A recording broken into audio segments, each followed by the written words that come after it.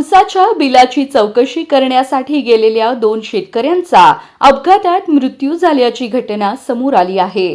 परंडा बार्शी मार्गावरील वारदवाडीजवळ मंगळवारी रात्री अज्ञात 4 चाकी वाहनाने दुचाकीला जोरदार धडक दिल्याने बार्शी तालुक्यातील खांडवी येथील 2 शेतकऱ्यांचा मृत्यू झाला. सर्जेराव कोंडीबा पाटील वय 60 आणि बाबासाहेब भागवत गव्हाणे वय 55 अशी मृतांची नावे आहेत. मिळालेल्या माहितीनुसार सर्जेराव पाटील आणि बाबासाहेब गव्हाणे हे 8 जून रोजी परंडा येथील साखर कारखान्यावर आपल्या उसाच्या बिलाची चौकशी करण्यासाठी गेले होते.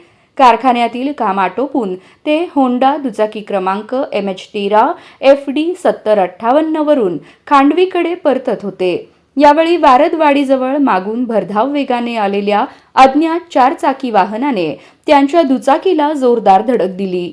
या भीषण अपघातात सर्जेराव पाटील यांचा जागीच मृत्यू झाला, तर गंभीर जखमी झालेल्या बाबासाहेब गव्हाणे यांना बार्शी येथील जगदाळे मामा रुग्णालयात दाखल करण्यात आले.